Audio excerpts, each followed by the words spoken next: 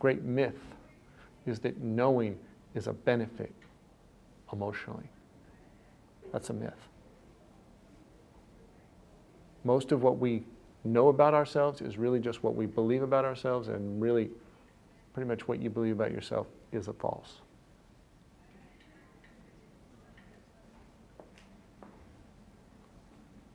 Okay.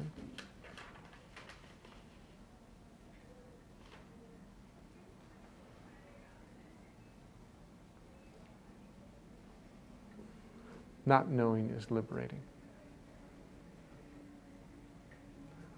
I don't know what I am. I don't know what I am. I also don't care to know.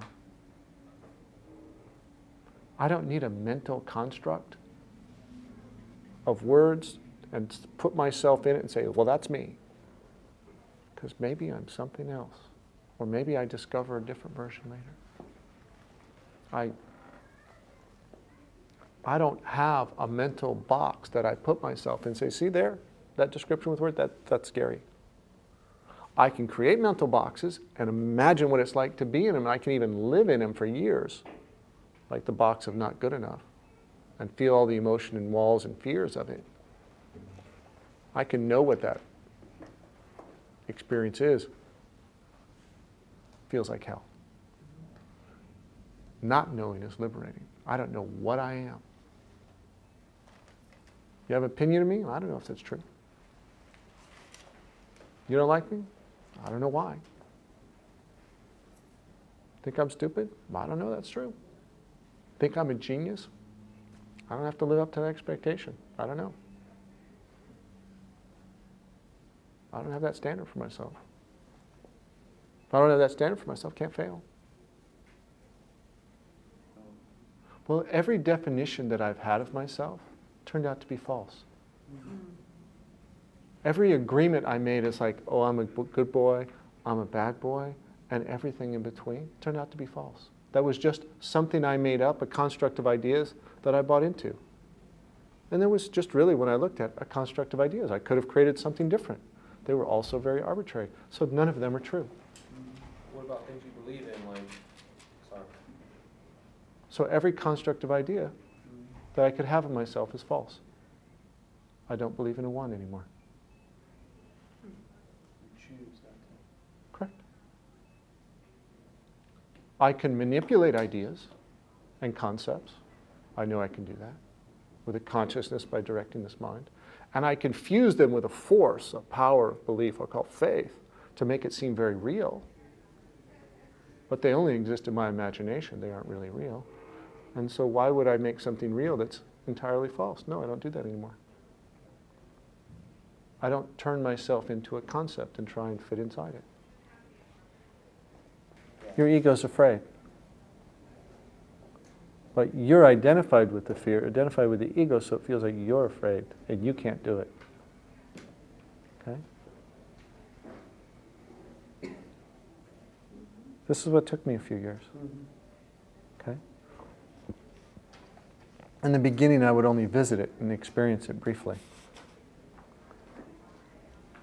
Right? Later, I could sustain it and hold it for short periods.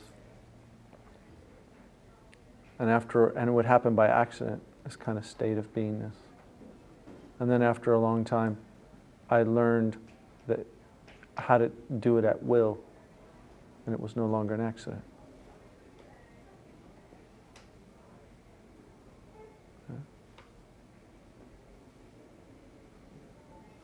And that changes. You'd be there at will. There's a curiosity when we're two that we develop a reasoning system, that we start to make sense of the world in a reasoning way. We aren't just expressing emotion and acting, expressing action and behavior. And this is when we get the 2-year-old that asks the question, why is the sky blue, why is the grass green? You see that as that point, the mind of about a 2-year-old starts to develop a reason. And they try to make sense of, in a logical way, things that happen in the world, right? And one of the questions they ask, well, who am I, what am I? Okay? And so there's a reasoning system that has a natural curiosity to define. They never taught any boundaries or consequences. Well, and it's very tough to teach a reasoning system of a 2-year-old about an expansive consciousness. Hard to teach us. Okay? What is it like being consciousness that has no boundaries? That has no beginning, no end? Okay? So, we give it simple answers. You're Greg. You're a boy. That's a girl. You're a good boy. You listen to your mom. You listen to your dad. You obey the rules. Yeah. And we're given a story of your identity. You're given a story of your identity. And people tell you, and you go, okay, and you agree that that's your identity. And you start building a story of Greg. And then you start building other opinions that people give you. You just agree. And your brother makes fun of you, and you're funny looking, and somebody else teases you on the school ground, and your mom's upset one day, and she says, "Shut up, I can't deal with you right now, you're bothering me, and you think I'm a bad boy." And so we make all these agreements, and it builds and builds and builds for 20, 30, 40, 50 years. Okay? And we call that me, identity. And it's just a construct of agreements about self. Sitting all on this massive consciousness that's really undefinable with language. Okay. So you asked the question, how can you not know? How can you not define it and put it into this knowing little box?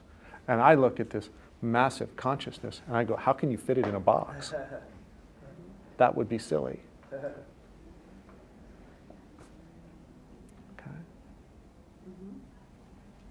So yeah, the point of view is very different. Yeah, and by defining, putting in the box, I'm differentiating myself from you, and by doing that, it is the best means to making sure that I am separate from you, says the ego, right? Is part of its game in the matrix. Okay? Where I, who am undefined, am you, undefined. This is in yoga when you finish the meditation, you namaste. What is within the center of me and the heart of me is the heart of you. All the same. Or whatever the exact phrasing is. Yeah, there is, we are one. Okay? So that's a state of consciousness.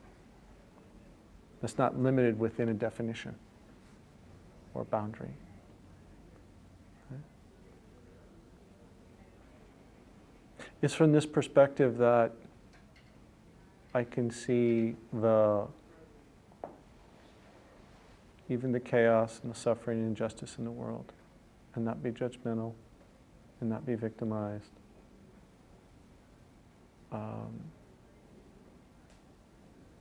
Because I don't hold an image story that it should be different. I don't have that dream or that concept. I don't have that fantasy version to compare it to. I see what it is what it is. Okay? And at the same time, I see underneath the chaos and the drama and the emotional suffering, there is this vast field of love. Inside everything moving, everything. Okay? So to perceive that really directly was the 10-year project that I was talking about. Okay? To be happy, that was the easy part. This is a whole different thing we're on to now. All right?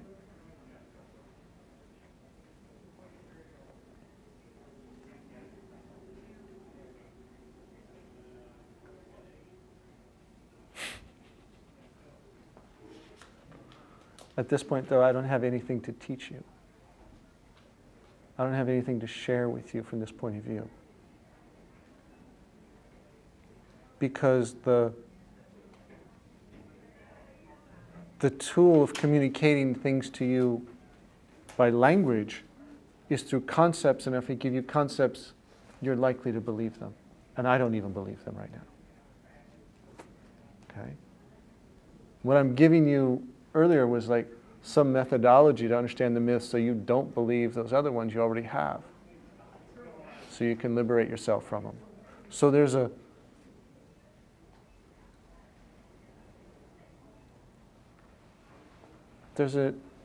conundrum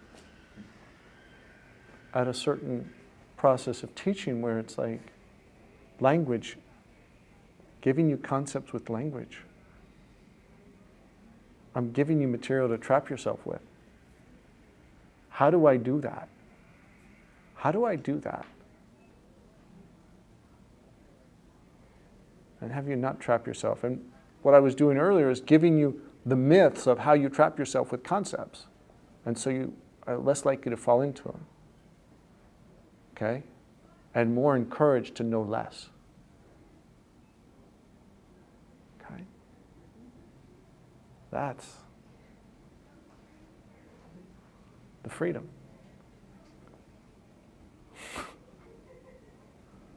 That's the freedom.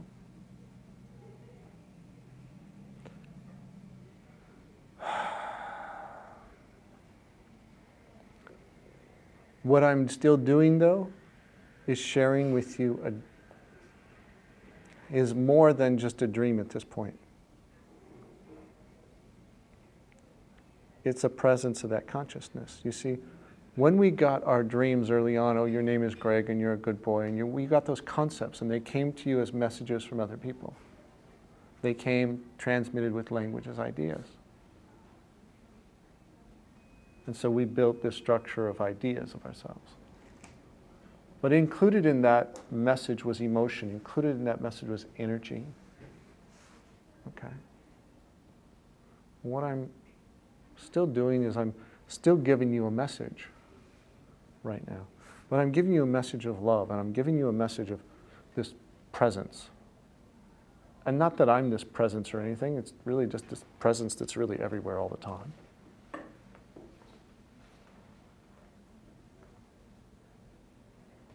And what I'm saying is you're that presence.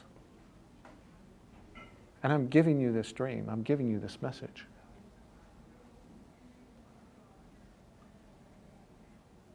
And with any luck and attention on your part, a seed is planted and something in you feels it. And the ego isn't ready to say, I realize what I am, or, because once you start doing that, you make a concept again. But just to feel it and let it expand. And let a seed be planted. And let yourself feel an expansive love. And not believe any story that the ego or the mind has to say about it. Just be present with it. Okay? And after a while of it, perhaps you realize that you're experiencing what you are.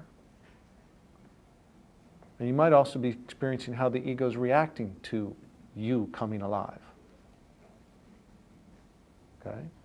You're like, oh, I feel fear. It's like, yeah, the ego's going to react with fear. To your presence there, returning to that body and being in charge again. Okay?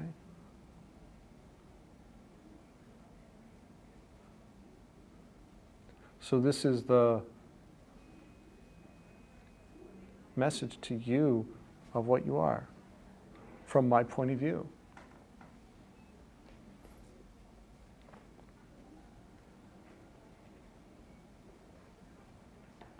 You feel it.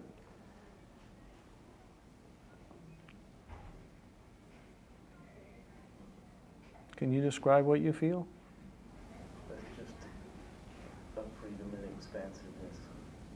There's no way to put that in a container.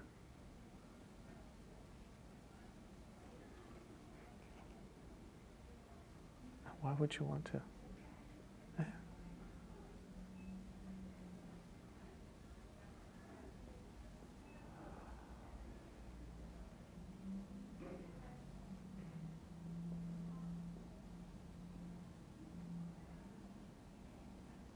then don't put it in a container. And you don't need to know, just feel.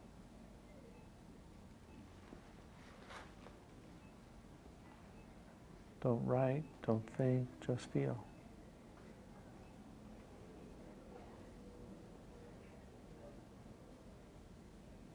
Whether you're perceiving it or not, it's there. For me, it took a long time to perceive it, but it was still there all the time. I had to practice perceiving it. And then you find it and you're like, how could I miss? Okay?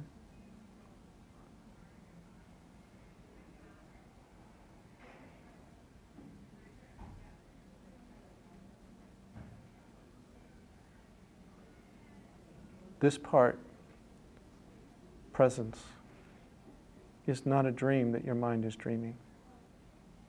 It's a force of life running through every cell, every atom. Every atom is vibrating and spinning. What makes it do that? A force of life. It knows exactly how to spin. Every atom and every cell is doing exactly what it's supposed to do. Because it knows, without language. Infinite intelligence, present in every atom, working with every other atom.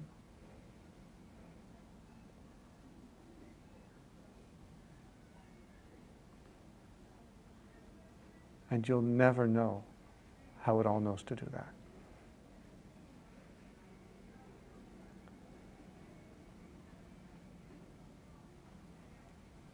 And that part is not a dream. That part is the life, intelligence of life, or light.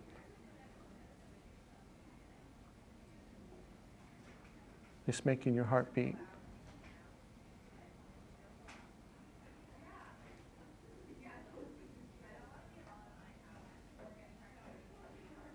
It's making your lungs breathe. Every moment, every day. You still see it? Yeah.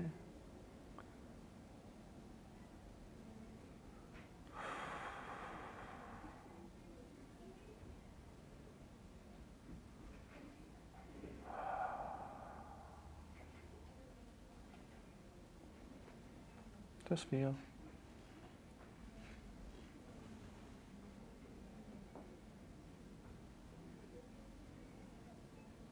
Your mind, when it's quiet and you really feel present, it's not a dream anymore.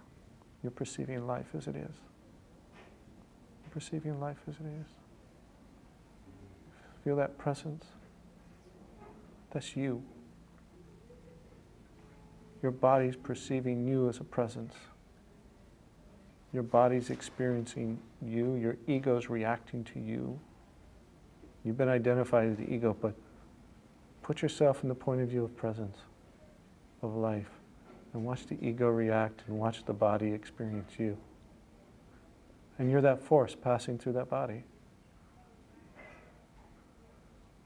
And you can direct with your attention that force to move in different ways, through the heart, through the limbs. You're not passive force. You can redirect that force of life at your will with the use of your attention. You doing it?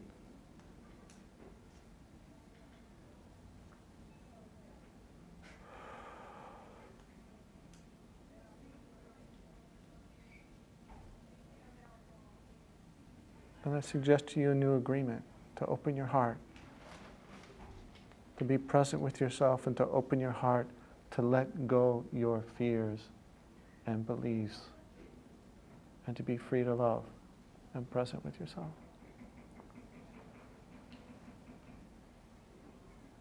You make a new agreement now with yourself, with what you want, the dreams you want to change.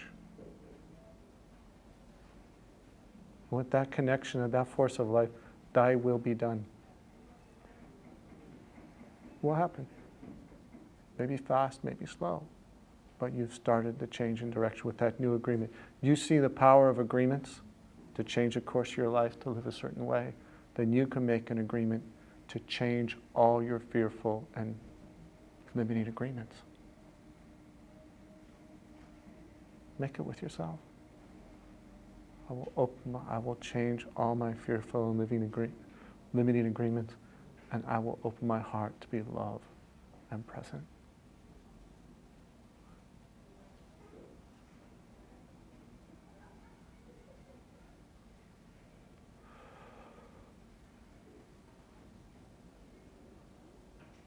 Make that agreement with yourself.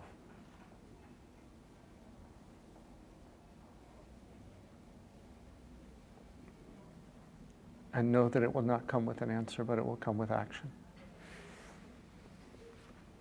And it will not come with knowing, but it will come with not knowing.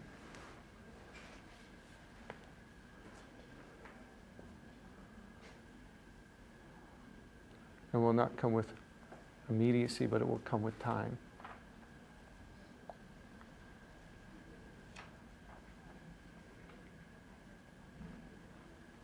And it can be a beautiful unfolding as it does.